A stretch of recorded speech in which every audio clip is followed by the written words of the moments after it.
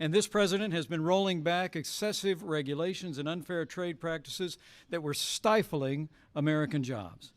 Thanks to President Trump's leadership, American businesses are growing again, investing in America again, and they're creating jobs in this country instead of shipping jobs overseas. Thanks to President Donald Trump, America is back.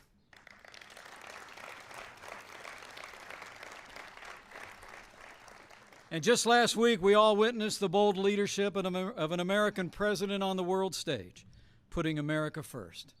From the Middle East to Europe, as leader of the free world, President Trump reaffirmed historic alliances, forged new relationships, and called on the wider world to confront the threat of terrorism in new and renewed ways.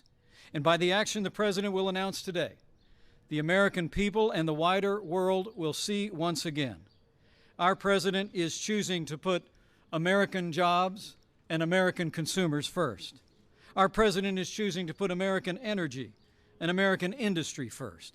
And by his action today, President Donald Trump is choosing to put the forgotten men and women of America first. So with gratitude for his leadership and admiration for his unwavering commitment to the American people, it is now my high honor and distinct privilege to introduce to all of you the President of the United States of America, President Donald Trump.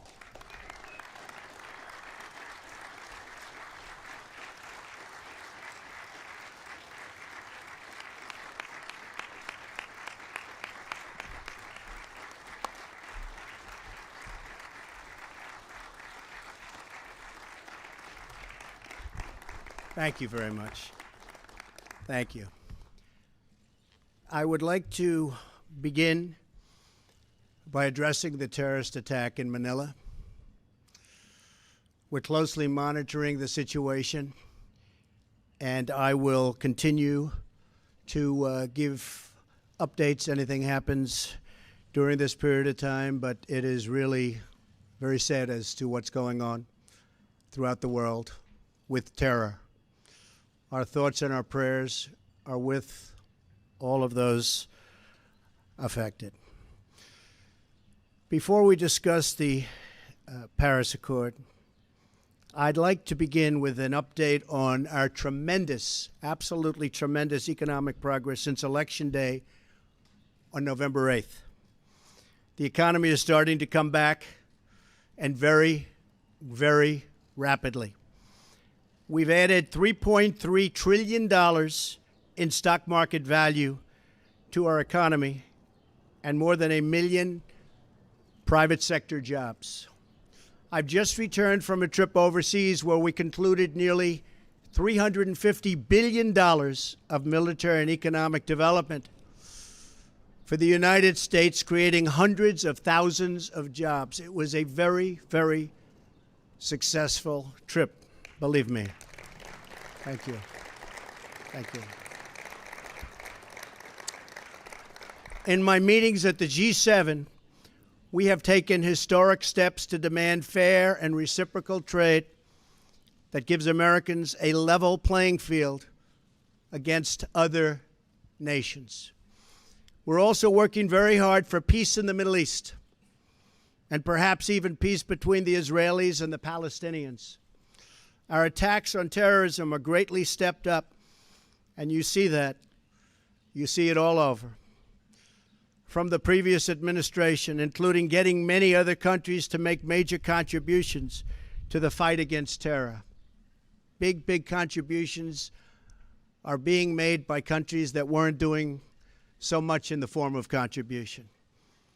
One by one, we are keeping the promises I made to American people during my campaign for president, whether it's cutting job-killing regulations, appointing and confirming a tremendous Supreme Court justice, putting in place tough new ethics rules, achieving a record reduction in illegal immigration on our southern border, or bringing jobs, plants, and factories back into the United States at numbers which no one until this point thought even possible.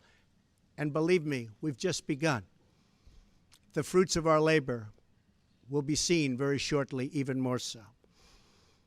On these issues and so many more, we're following through on our commitments, and I don't want anything to get in our way. I am fighting every day for the great people of this country. Therefore, in order to fulfill my solemn duty to protect America and its citizens, the United States will withdraw from the Paris Climate Accord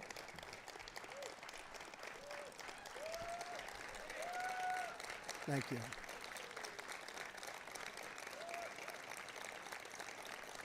Thank you. But begin negotiations to re-enter either the Paris Accord or in really entirely new transaction on terms that are fair to the United States, its businesses, its workers, its people, its taxpayers. So we're getting out, but we will start to negotiate, and we will see if we can make a deal that's fair. And if we can, that's great.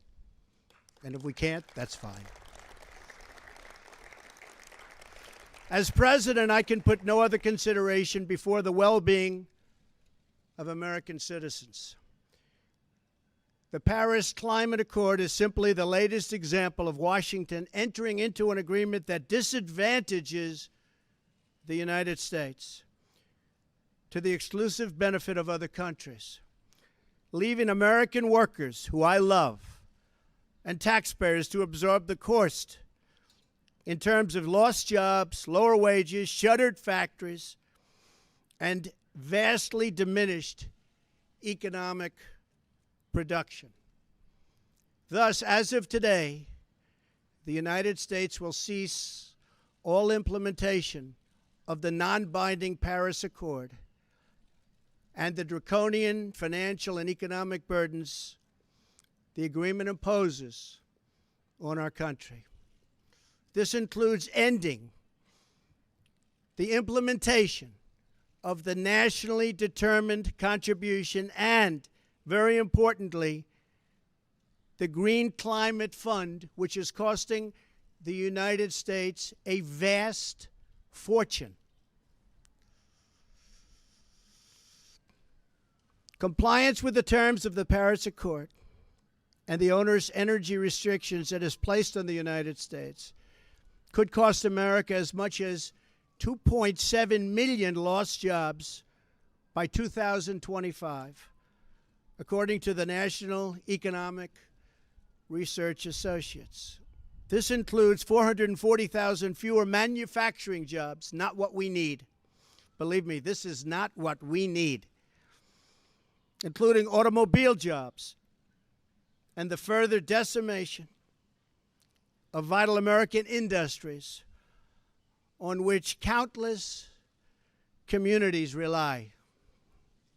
They rely for so much, and we would be giving them so little. According to the same study, by 2040, compliance with the commitments put into place by the previous administration would cut production for the following sectors: paper, down 12%. Cement, down 23%.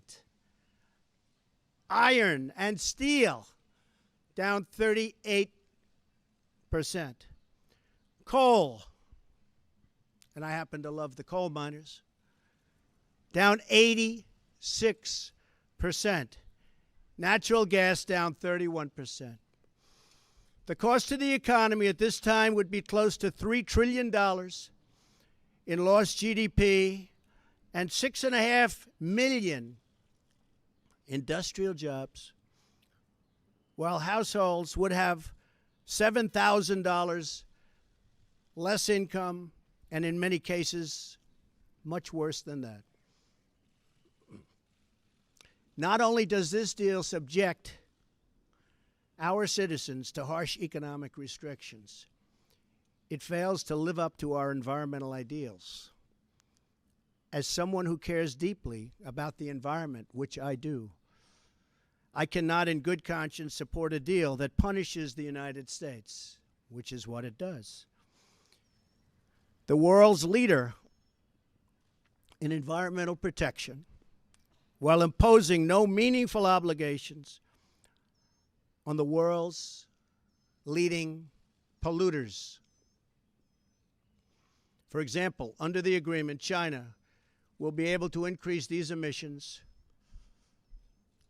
by a staggering number of years, 13. They can do whatever they want for 13 years, not us. India makes its participation contingent on receiving billions and billions and billions of dollars in foreign aid from developed countries. There are many other examples, but the bottom line is that the Paris Accord is very unfair at the highest level to the United States. Further, while the current agreement effectively blocks the development of clean coal in America, which it does, and the mines are starting to open up. We're having a big opening in 2 weeks. Pennsylvania, Ohio, West Virginia, so many places. A big opening of a brand new mine. It's unheard of. For many, many years, that hasn't happened. They asked me if I'd go. I'm going to try. China will be allowed to build hundreds of additional coal plants. So we can't build the plants, but they can, according to this agreement. India will be allowed to double its coal production by 2020. Think of it. India can double their coal production. We're supposed to get rid of ours. Even Europe is allowed to continue construction of coal plants. In short, the agreement doesn't eliminate coal jobs. It just transfers those jobs out of America and the United States and ships them to foreign countries. This agreement is less about the climate and more about other countries gaining a financial advantage over the United States. The rest of the world applauded when we signed the Paris Agreement. They went wild. They were so happy. For the simple reason that it put our country, the United States of America, which we all love, at a very, very big economic disadvantage. A cynic would say the obvious reason for economic competitors and their wish to see us remain in the agreement is so that we continue to suffer this self-inflicted major economic wound. We would find it very hard to compete with other countries from other parts of the world.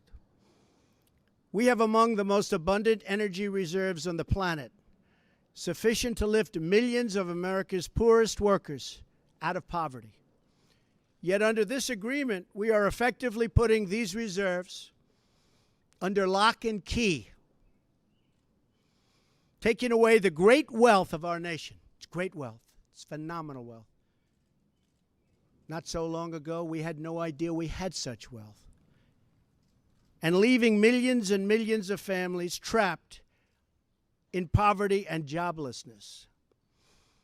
The agreement is a massive redistribution of United States wealth to other countries. At 1% growth, renewable sources of energy can meet some of our domestic demand. But at 3 or 4% growth, which I expect, we need all forms of available American energy, or our country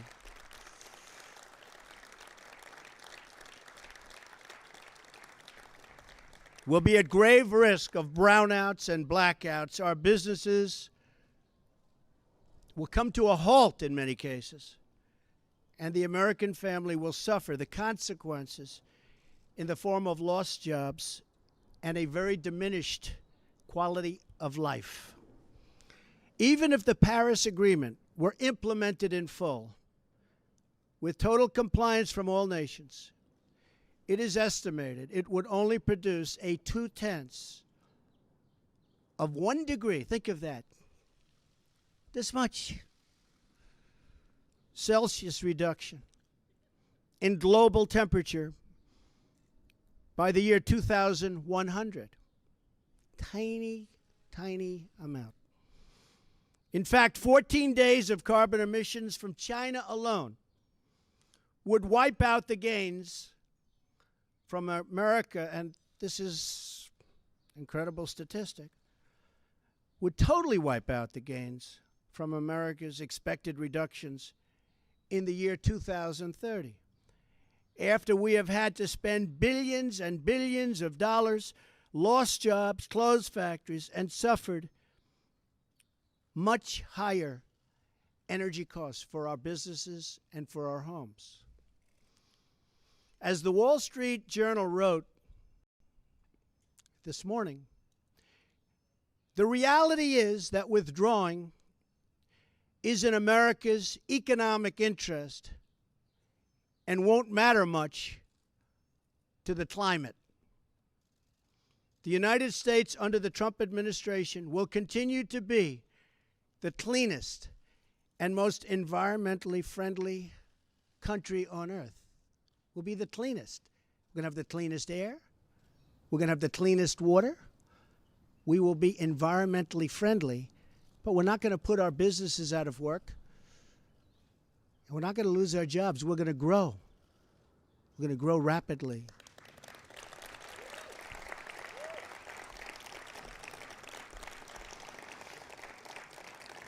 And I think you just read, it just came out minutes ago, the small business report. Small businesses, as of just now, are booming, hiring people. One of the best reports they've seen in many years. I'm willing to immediately work with Democratic leaders to either negotiate our way back into Paris under the terms that are fair to the United States and its workers, or to negotiate a new deal that protects our country and its taxpayers.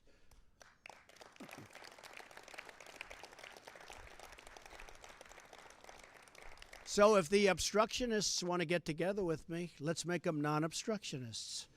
We will all sit down and we will get back into the deal and we'll make it good, and we won't be closing up our factories and we won't be losing our jobs, and we'll sit down with the Democrats and all of the people that represent either the Paris Accord or something that we can do that's much better than the Paris Accord. And I think the people of our country will be thrilled, and I think then the people of the world will be thrilled. But until we do that, we're out of the agreement. I will work to ensure that America remains the world's leader on environmental issues, but under a framework that is fair and where the burdens and responsibilities are equally shared among the many nations all around the world. No responsible leader can put the workers and the people of their country at this debilitating and tremendous disadvantage. The fact that the Paris deal hamstrings the United States while empowering some of the world's top polluting countries should dispel any doubt as to the real reason why foreign lobbyists wish to keep our magnificent country tied up and bound down by this agreement. It's to give their country an economic edge over the United States. That's not going to happen while I'm president. I'm sorry.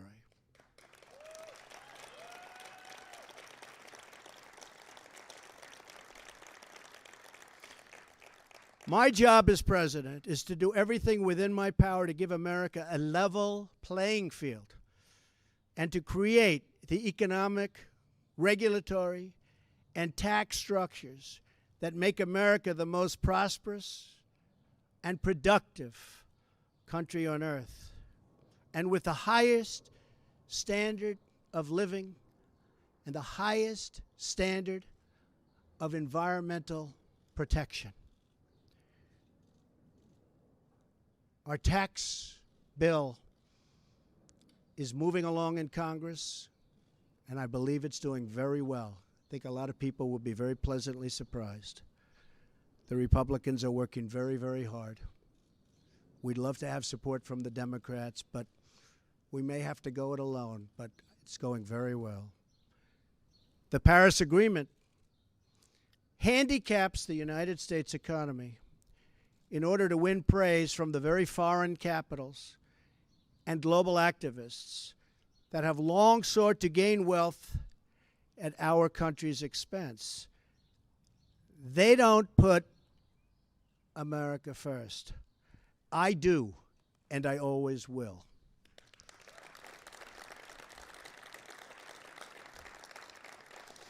The same nations asking us to stay in the agreement are the countries that have collectively cost America trillions of dollars through tough trade practices and, in many cases, lax contributions to our critical military alliance. You see what's happening. It's pretty obvious to those that want to keep an open mind. At what point does America get demeaned? At what point do they start laughing at us as a country? We want fair treatment for its citizens, and we want fair treatment for our taxpayers. We don't want other leaders and other countries laughing at us anymore, and they won't be. They won't be. I was elected to represent the citizens of Pittsburgh, not Paris.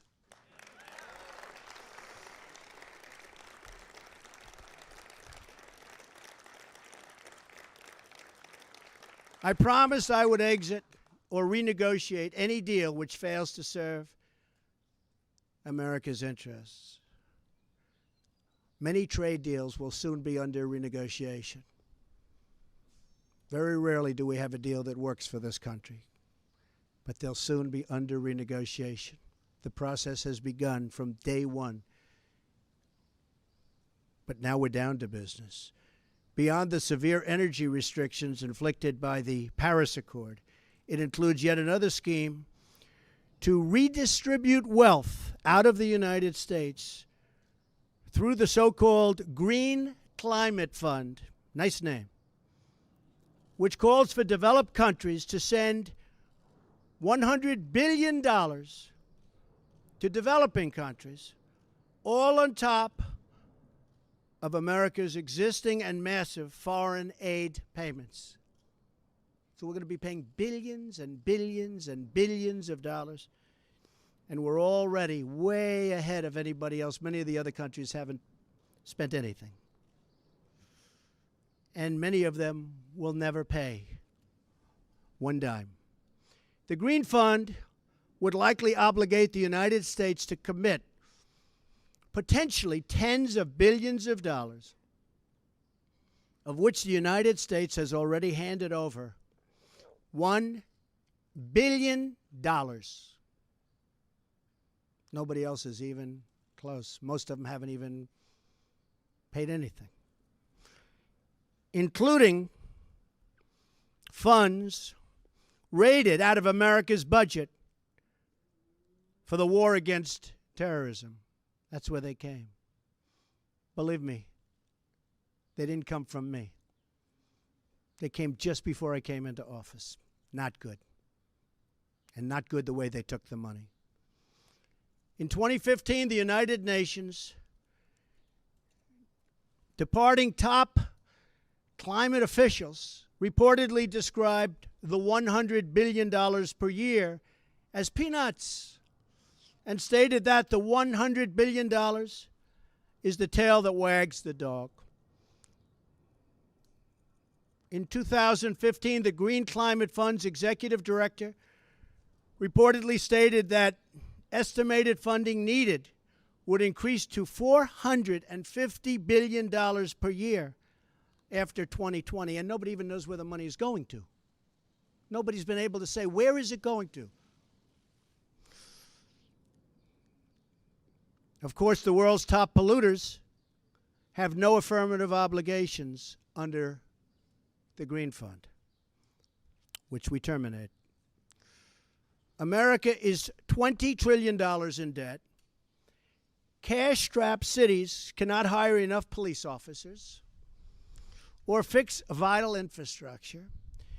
Millions of our citizens are out of work, and yet, under the Paris Accord, billions of dollars that ought to be invested right here in America will be sent to the very countries that have taken our factories and our jobs away from us. So think of that. There are serious legal and constitutional issues as well.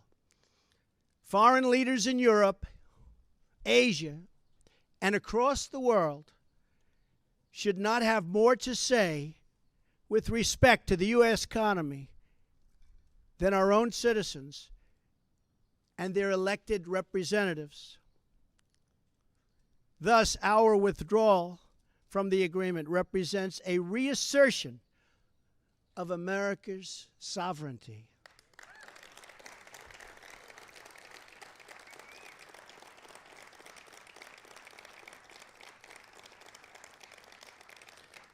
Our Constitution is unique among all nations of the world, and it is my highest obligation and greatest honor to protect it, and I will. Staying in the agreement could also pose serious obstacles for the United States as we begin the process of unlocking the restrictions on America's abundant energy reserves, which we have started very strongly.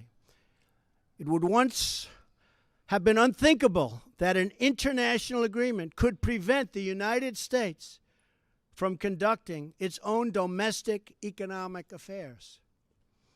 But this is the new reality we face if we do not leave the agreement or if we do not negotiate a far better deal. The risks grow as historically these agreements only tend to become more and more ambitious over time. In other words, the Paris framework is just a starting point, as bad as it is, not an end point. And exiting the agreement protects the United States from future intrusions on the United States' sovereignty and massive future legal liability. Believe me, we have massive legal liability if we stay in. As president, I have one obligation, and that obligation is to the American people.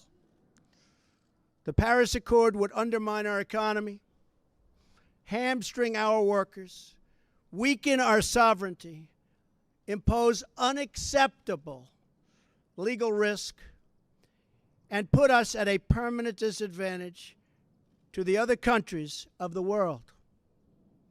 It is time to exit the Paris Accord.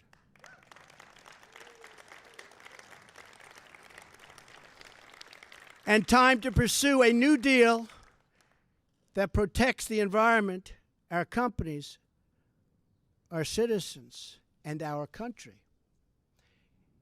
It is time to put Youngstown, Ohio, Detroit, Michigan, and Pittsburgh, Pennsylvania, along with many, many other locations within our great country, before Paris, France.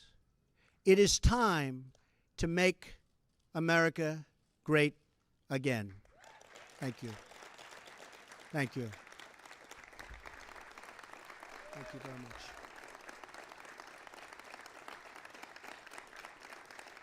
Thank you. Thank you very much.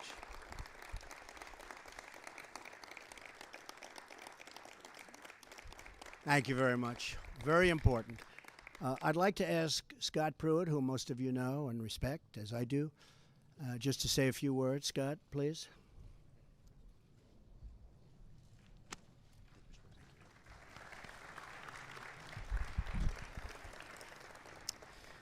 Thank you, Mr. President.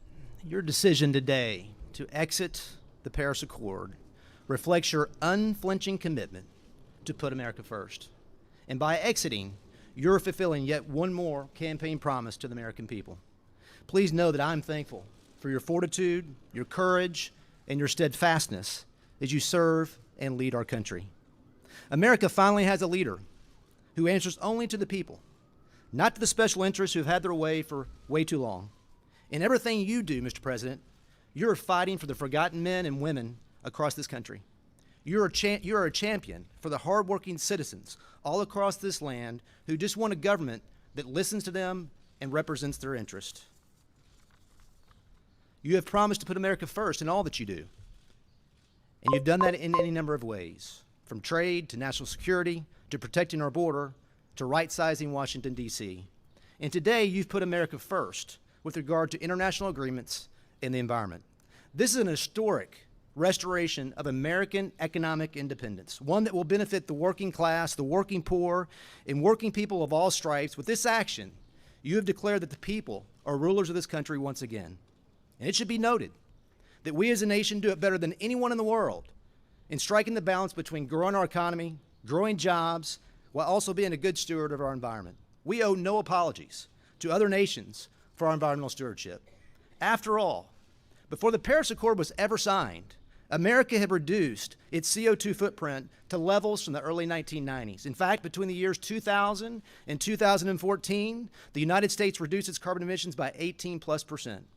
And this was accomplished not through government mandate, but accomplished through innovation and technology of the American private sector. For that reason, Mr. President, you have corrected a view that was paramount in Paris, that somehow the United States should penalize its own economy, be apologetic, lead with our chin, while the rest of the world does little. Other nations talk a good game. We lead with action, not words.